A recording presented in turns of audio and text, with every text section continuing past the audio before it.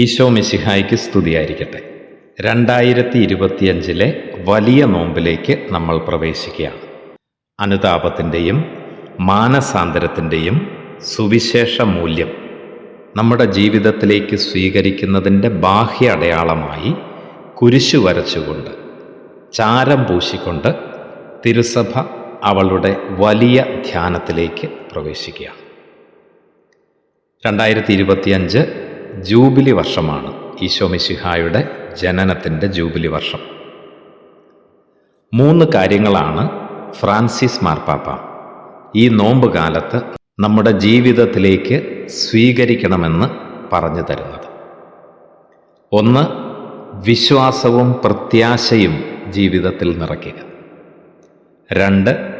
ദൈവകൃപയിലേക്ക് ഹൃദയം തുറന്നു നിൽക്കുന്ന ഒരു ജീവിതം നമുക്കുണ്ടാവുക. 3. പാപത്തിനും മരണത്തിനുമെതിരെ ഈശോ നേടിയ വിജയത്തിൽ ശരണം വയ്ക്കുക. ഈ 3 കാര്യങ്ങൾ ഈ പ്രത്യാശയുടെ ജൂബിലി വർഷത്തിൽ തീർത്ഥാടകരായി മുന്നേറുന്ന നമ്മൾ എങ്ങനെ പ്രായോഗിക ജീവിതത്തിലേക്ക് കൊണ്ടുവരണം എന്ന് ഫ്രാൻസിസ് മാർപ്പാപ്പ നമ്മളെ ഓർമ്മപ്പെടുത്തുന്നു. അതിനും 3 വഴികളാണ് പാപ്പ നിർദ്ദേശിക്കുന്നത്. 1. യാത്ര ചെയ്യുന്നവരാണ് നമ്മളെന്നുള്ള അവബോധം സൂക്ഷിക്കുക. എത്ര സുന്ദരമായൊരു കാഴ്ചപ്പാടാണത്. ജൂബിലി വർഷത്തിൻ്റെ മുദ്രാവാക്യം തന്നെ പ്രത്യാശയുടെ തീർത്ഥാടകർ എന്നാണ്. പഴയ നിയമത്തിൽ പുറപ്പാടിൽ അടിമത്തത്തിൽ നിന്ന് ഇസ്രായേൽ ജനം നടത്തിയ ദീർഘമായ യാത്രയാണ് അതിൻ്റെ പശ്ചാത്തലം.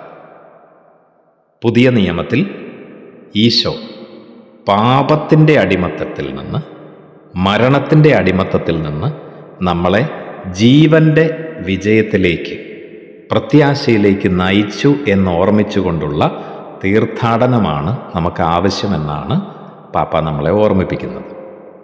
ഇന്നത്തെ സമൂഹത്തിൽ ഒരു മെച്ചപ്പെട്ട ജീവിതത്തിന് വേണ്ടി ജീവിതത്തിൻ്റെ ദുരിതങ്ങളും ദാരിദ്ര്യവും കഷ്ടപ്പാടും സ്നേഹരാഹിത്യവും ജീവിതത്തിലെ സകല നൈരാശ്യവും പേറിക്കൊണ്ട് യാത്ര ചെയ്യുന്ന ഒരുപാട് സഹോദരങ്ങളുണ്ട്. ഒരുപക്ഷെ നമ്മളും അതിൽപ്പെട്ടിരിക്കാം.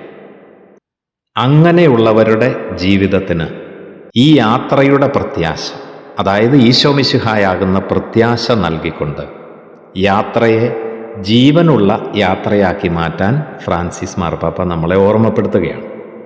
വ്യക്തിപരമായിട്ട് ഞാൻ ചിന്തിക്കണം, ഞാൻ ഒരു യാത്രികൻ മാത്രമാണ്.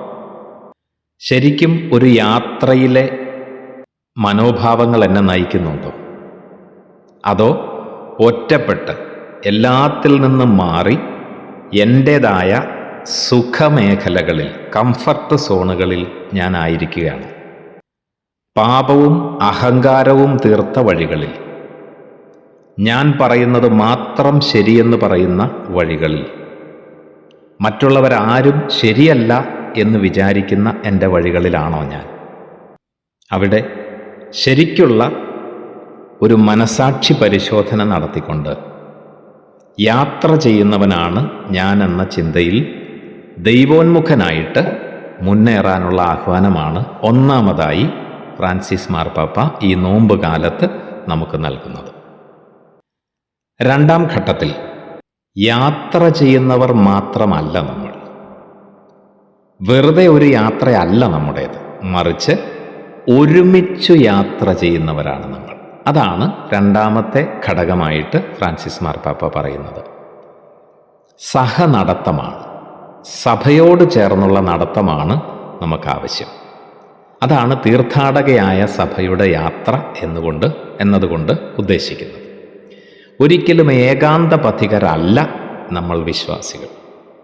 ദൈവത്തിലേക്കും സഹോദരങ്ങളിലേക്കും പ്രപഞ്ചത്തിലേക്കുമൊക്കെ ചേർന്ന് സകലതിനെയും ചേർത്ത് പിടിച്ചുകൊണ്ട് സകലരോടും ചേർന്നുകൊണ്ട് സഹയാത്രികരായിട്ട് മുന്നേറേണ്ടവരാണ് നമ്മൾ. ആരെയെങ്കിലുമൊക്കെ ഞാൻ എൻ്റെ ജീവിതയാത്രയിൽ മാറ്റി നിർത്തുന്നുണ്ടോ? ചവിട്ടി താഴ്ത്തുന്നുണ്ടോ? തള്ളി മാറ്റുന്നുണ്ടോ? ഒഴിവാക്കുന്നുണ്ടോ? അസൂയയും കാപട്യവും എൻ്റെ ഉള്ളിൽ നിറച്ച് അവരെ തരം താഴ്ത്തി കാണുന്നുണ്ടോ? സ്നേഹത്തിലും ക്ഷമയിലും കരുണയിലും വിശാല മനസ്സിലും സകലരെയും ചേർത്ത് നിർത്തുന്ന ഒരു സഹനടത്തം, ഒരു സിനഡൽ ജേർണി, ഒരുമിച്ച് ചേർന്നുള്ള ഒരു യാത്ര എൻ്റെ ഭാഗത്ത് നിന്ന് ഉണ്ടാകുന്നുണ്ടോ? ഇതാണ് രണ്ടാമത്തെ ഘട്ടം. അപ്പം ആദ്യ ഘട്ടം യാത്രികരാണ് നമ്മളെന്ന് ഓർമ്മിക്കുക.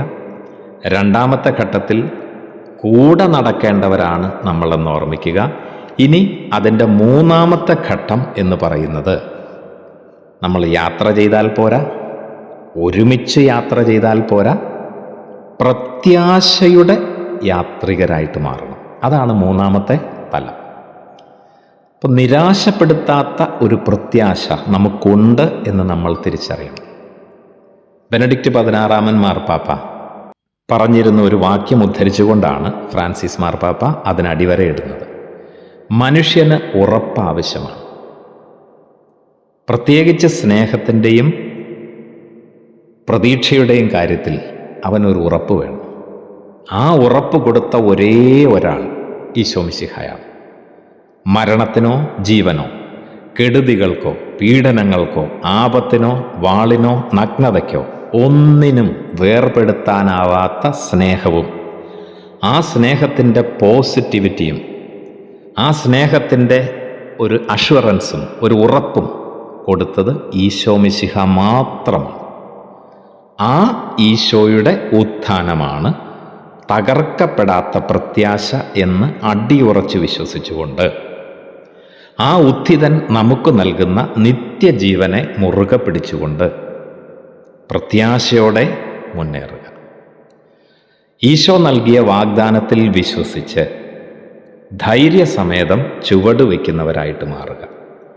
ആർക്കും തകർക്കാനാവാത്ത പ്രത്യാശയിലാണ്, സ്നേഹത്തിലാണ് ഞാൻ എന്ന് പൗലോസ്ലീഹായെപ്പോലെ ഈ ലോകത്തോട് വിളിച്ചു പറയാനാവുക. അതെ, ഇന്നത്തെ നമ്മുടെ ജീവിത സാഹചര്യത്തിൽ ഫ്രാൻസിസ് മാർപ്പാപ്പ നൽകുന്ന ഈ നോമ്പുകാല ത്രിമാന ജീവിത സന്ദേശം വളരെ പ്രസക്തമാണ്. അവനവൻ്റെ ലോകത്തിലേക്ക് ചുരുങ്ങിപ്പോയി എല്ലാവരും ഒറ്റയ്ക്ക് യാത്ര ചെയ്യാൻ ആഗ്രഹിക്കുക. ഇനി അതുമല്ല, യാത്ര ചെയ്യുന്നുണ്ടോ എന്ന് പോലും തിരിച്ചറിയാതെ പലപ്പോഴും നിസ്സംഗതയുടെയും നിരാശയുടെയും അടിമയിൽ പലരുമായിട്ടുണ്ട്. അടിമകളായി പലരും മാറിയിട്ടുണ്ട്. അവിടെയൊക്കെ എൻ്റെ സ്വാർത്ഥത്തിൻ്റെ തലങ്ങളെ മാറ്റിവെച്ച് സഭയോട് ചേർന്ന് നടക്കാനുള്ള വൈമനസ്യവും വിധേയത്വക്കുറവും പലപ്പോഴും എന്നിലെ ദൈവികതയ്ക്ക് മങ്ങലേൽപ്പിക്കുന്നുണ്ട്.